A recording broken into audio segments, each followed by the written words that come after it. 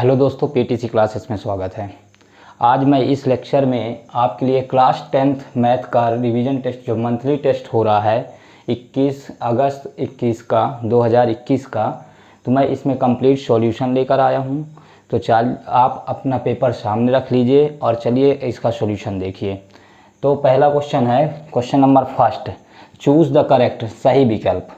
सही विकल्प है तो पहला का बी है, फर्स्ट का बी है, सेकंड का बी है, थर्ड का इसमें आंसर गलत दिया है। थर्ड का आंसर क्या है? गलत है। ए प्लस बी बराबर क्या होता है? माइनस बी अपॉन ए, लेकिन माइनस बी अपॉन ए कहीं दिया नहीं है, माइनस सी अपॉन ए दिया है। तो इसके जगह क्या होगा? माइनस बी अपॉन ए, और फोर्थ का आंसर है ए। ठीक, तो अब चलिए क्वेश्चन नंबर सेकंड में, रिक्त स्थान की पूर्ति कीजिए, खाली स्थान को भरना है। तो देखिए, एक परिमेय संख्या और एक अपरिमेय संख्या का अंतर एक अपरिमेय संख्या होती है। एक परिमेय संख्या और एक अपरिमेय संख्या का अंतर क्या होता है? एक अपरिमेय संख्या होती है। क्या? एक अपरिमेय संख्या होती है।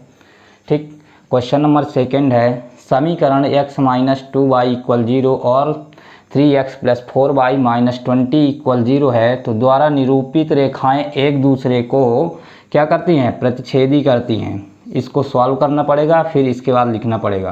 तो ये खाली स्थान है चूंकि, इसलिए मैं सॉल्व नहीं कर रहा हूँ, मैं सॉल्व कर चुका हूँ। तो क्या है? प्रतिच्छेद करती। तो आप डायरेक्टली भर लेंगे कि प्रतिच्छेद करती है। आइए क्वेश्चन नंबर थर्ड में, दो बहुपदों का गुणनफल एक क्या होता है? बहुपद होता है। दो बहुपदों का गुणनफल एक पुनः ही बहुपद हो जाता है। और क्वेश्चन नंबर 4 है, यदि द्विघात समीकरण ax² plus bx plus c बराबर 0 है का विभक्त कर्म शून्य है, तो समीकरण के मूल क्या होंगे? बराबर और वास्तविक होंगे। कैसे होंगे? बराबर और वास्तविक होंगे। तो student, pause the video and write it. We will proceed to next question.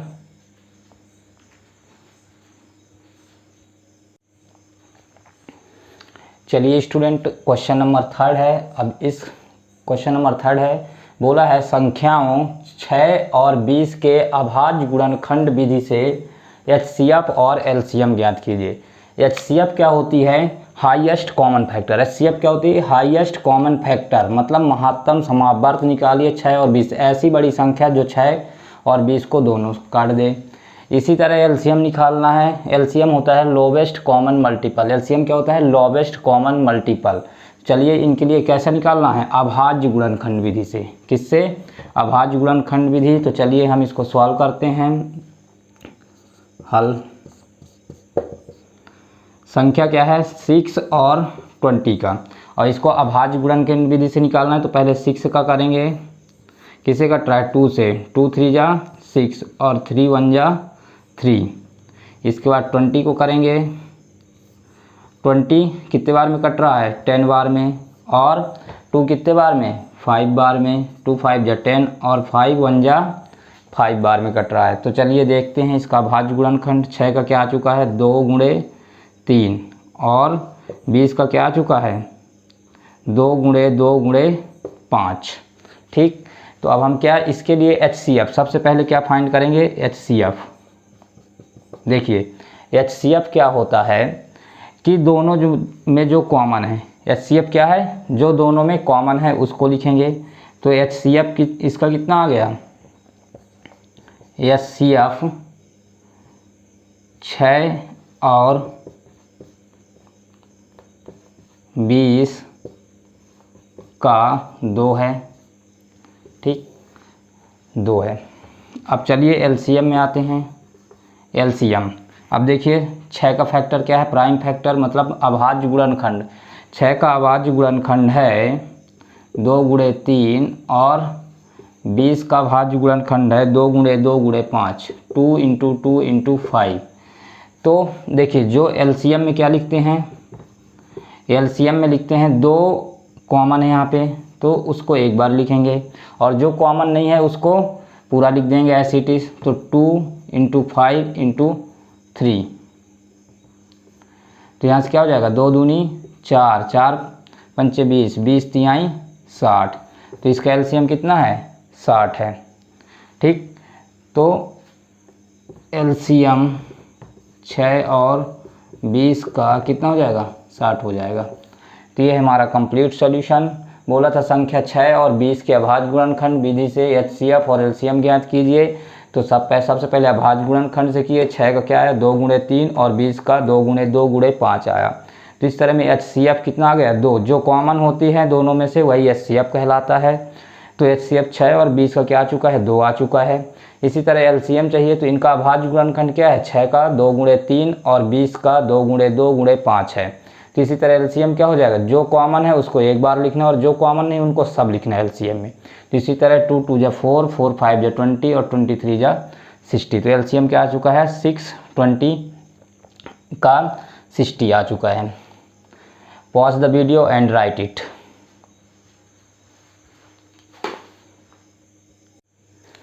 चलिए स्टूडेंट क्वेश्चन नंबर 4 करते हैं। बोला है एक द्विघात बहुपद ज्ञात कीजिए जिसके शून्यांकों का योग तथा गुणनफल क्रमशः 1/4 और -1 है। तो दिया हुआ है कि इनका प्लस क्या शून्यांकों का योग कितना है, 1/4 और गुणनफल क्या है, -1। तो हम क्या मान लिए, माना द्विघात समीकरण क्या है, ax² + bx + c।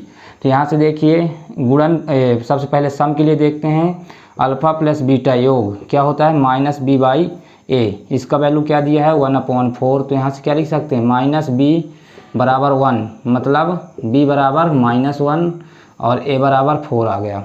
अब यहाँ देखिए इनके गुणनफलों का क्या होता है, c/a और इसकी वैल्यू क्या दी है, -1 और यहाँ a की वैल्यू 4 आ चुकी है। तो क्या है, यहाँ से लिख सकते हैं -4/4 c/a।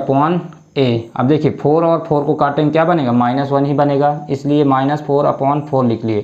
तो यहाँ से देखिए c की वैल्यू -4, c की वैल्यू -4, a की वैल्यू 4 और b की वैल्यू क्या आ चुकी है, -1। तो लिख सकते हैं a = 4, b = -1 और c = -4। चलिए इसको कहाँ रख दें, इस समीकरण में रख दें। यहाँ से देखिए क्या है, ax² + bx + c।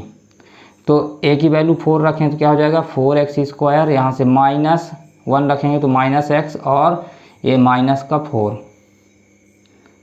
ये आ चुका है आपका आंसर। तो इसको कैसे लिखेंगे, अतः द्विघात समीकरण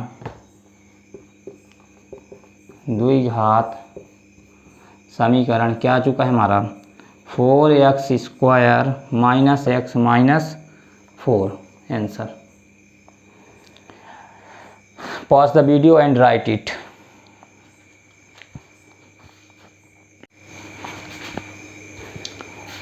चलिए स्टूडेंट क्वेश्चन नंबर 5 है, इस सीरीज का क्वेश्चन नंबर 5 है। बोला है कि 5 पेंसिल तथा 7 कलमों का कुल मूल्य 50 रुपये है। कितना, 5 पेंसिल और 7 कलमों का कुल मूल्य 50 रुपये है, जबकि 7 पेंसिल तथा 5 कलमों का मूल्य 46 रुपये है। तो एक पेंसिल का मूल्य तथा एक कलम का मूल्य ज्ञात कीजिए।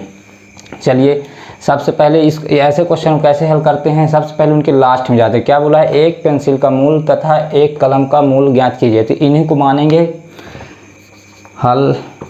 देखिए माना एक पेंसिल का मूल्य क्या मान लें, x रुपीस है। इसी तरह एक कलम का मूल्य 22 रुपीस है। अब देखिए यहाँ पे क्या लिख दें, प्रश्नानुसार।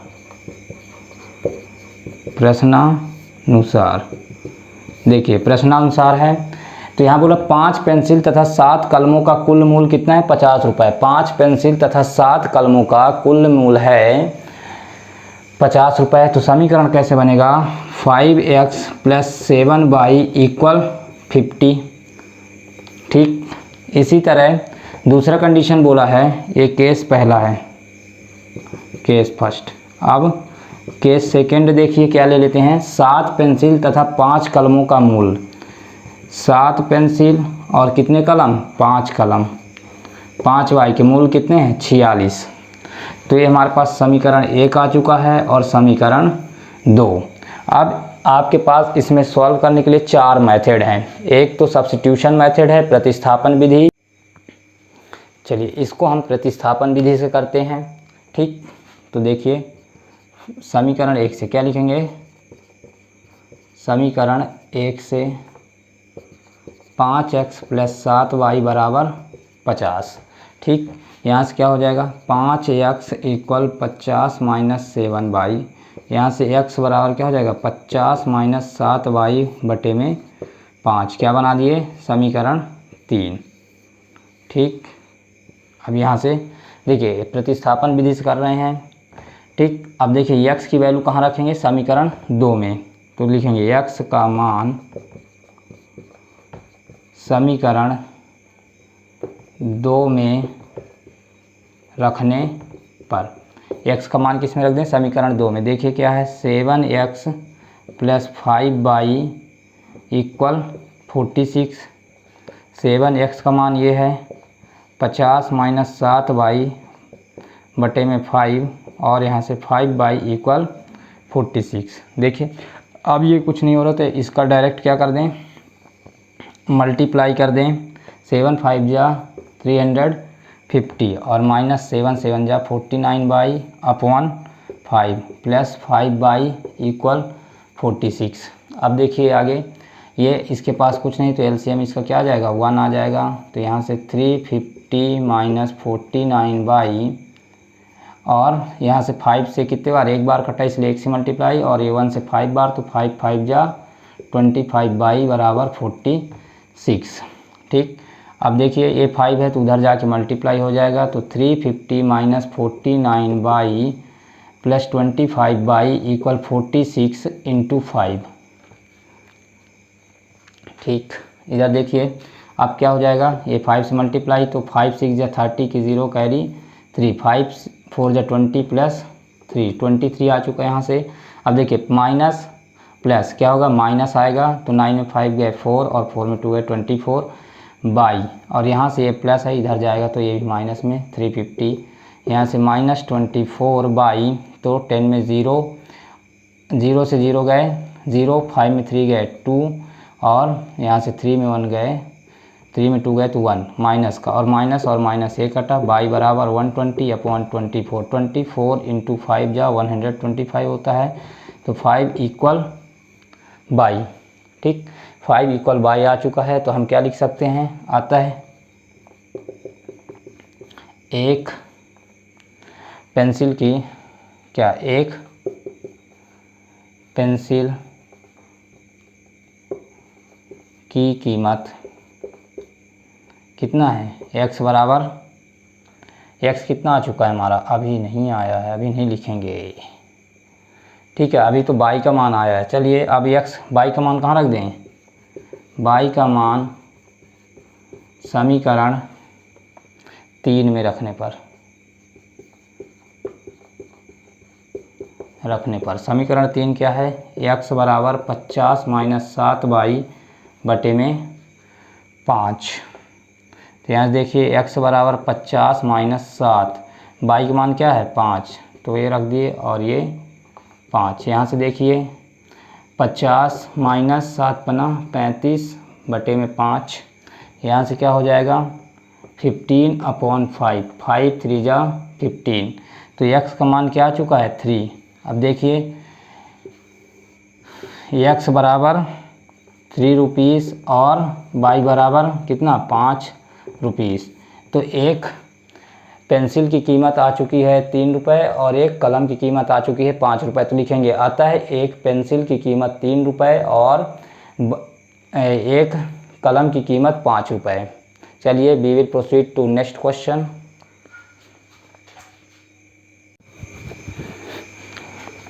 चलिए स्टूडेंट, इस टेस्ट का, ये मंथली टेस्ट का आखिरी क्वेश्चन है। चलिए इसको सॉल्व करते हैं। हल, समीकरण दिया हुआ है क्या, x - 1/x = 3। x कभी भी 0 के बराबर नहीं होगा, तो दिया हुआ है क्या दिया है, x - 1/x = 3। चलिए सबसे पहले इसको सॉल्व करते हैं। x के नीचे कुछ नहीं है तो क्या 1, एलसीएम लिए तो 1 और x का एलसीएम x, यहाँ से 1 बार x तो x का मल्टीप्लाई हो जाएगा, क्या हो जाएगा एक्स स्क्वायर, यहाँ से x और x कट जाएगा तो 1 आएगा इक्वल 3। ठीक, अब देखिए यहाँ से एक्स स्क्वायर माइनस 1 यहाँ पे मल्टीप्लाई में डिवाइड में इधर जाएगा तो मल्टीप्लाई बन जाएगा तो 3x हो जाएगा। तो कैसा समीकरण है, समीकरण एक्स स्क्वायर माइनस 3x और माइनस 1 बराबर 0 आ चुका है। तो चलिए इसको जनरल फॉर्म से कंपेयर करेंगे, A X square plus B X plus C. A इसका समान रूप है, जनरल फॉर्म है द्विघात समीकरण का, तो ये एक्स स्क्वायर का गुणांक क्या हो जाएगा 1 और b का क्या हो जाएगा माइनस का 3 और c बराबर 1 हो जाएगा। चलिए द्विघाती समीकरण हमको पता है कि क्या है। देखिए सबसे पहले देखेंगे क्या निकालेंगे, विकृता डिस्क्रिमिनेंट निकालेंगे। डिस्क्रिमिनेंट क्या होता है, बी स्क्वायर नहीं, डिस्क्रिमिनेंट होता है d equal B square minus 4ac। क्या होता है discriminant, B square minus 4ac। तो चलिए b की वैल्यू क्या है -3 का स्क्वायर 4, a की वैल्यू क्या है 1 और c की वैल्यू क्या है 1। तो देखिए क्या चुका है 3 3 जा 9, ये माइनस माइनस प्लस बन जाएगा और 3 3 जा 9, यहाँ से यहाँ पे क्या हो जाएगा 9 माइनस 4 5। तो यहाँ क्या देख सकते हैं कि 5 ग्रेटर देन 0 है, क्या है 5 ग्रेटर देन 0। तो चलिए अब मूल निकालेंगे। तो द्विघाती समीकरण का फॉर्मूला होता है मूल निकालने का X square minus B plus minus root over B square minus 4ac upon 2a। तो यहाँ देखिए x बराबर b कितना है +3 और -3 और ये माइनस माइनस प्लस बनाएगा तो 3 प्लस माइनस रूट ओवर, देखिए बी स्क्वायर माइनस 4ac का मान क्या आया था 5, तो 5 रख दिए यहाँ पे अपॉन में 2 और ए का मान क्या है 1। यहाँ से क्या आ जाएगा x equal 3 plus minus root 5 upon 2। तो देखिए कैसा है, आता है द्विघाती समीकरण क्या हो जाएगा, आता है द्विघाती समीकरण का मूल x बराबर 3 प्लस रूट 5 अपॉन 2 और x equal 3 minus root 5 upon 2 हो जाएगा आंसर।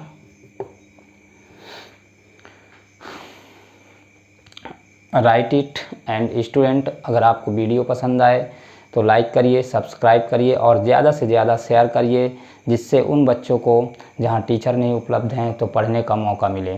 धन्यवाद।